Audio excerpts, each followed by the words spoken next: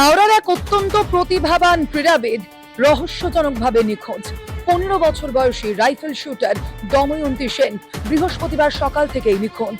মধ্য হাওড়ার 30-2 উমাচরণ ভট্টাচার্য লেনের বাসিন্দা দময়ন্তী বৃহস্পতিবার সকালে সাধারণ কেনাকাটা করার জন্য বাড়ি থেকে দোকানে বেরিয়েছিল সে, কিন্তু তারপর আর বাড়ি ফিরে আসেনি।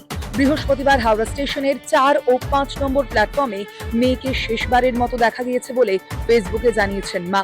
এক 15 বছরের কিশোরীর আচমকা নিখোঁজ হওয়া নিয়ে দানা বাঁধছে রহস্য। পরিবারের সদস্যরা চারদিকে অনেক খোঁজাখুঁজি করেছেন। ফেসবুকে মেয়ের সন্ধান চেয়ে পোস্ট করেছেন মা। আত্মীয় স্বজন থেকে শুরু করে সম্ভাব্য সব জায়গায় সন্ধান করা হয়েছে, কিন্তু এখনো পর্যন্ত তার কোনো খোঁজ মেলেনি। একজন উদীয়মান জাতীয় স্তরের প্রতিভার এভাবে নিখোঁজ হয়ে যাওয়া অত্যন্ত উদ্বেগজনক। ভিডিওটি এক্ষুনি শেয়ার করুন।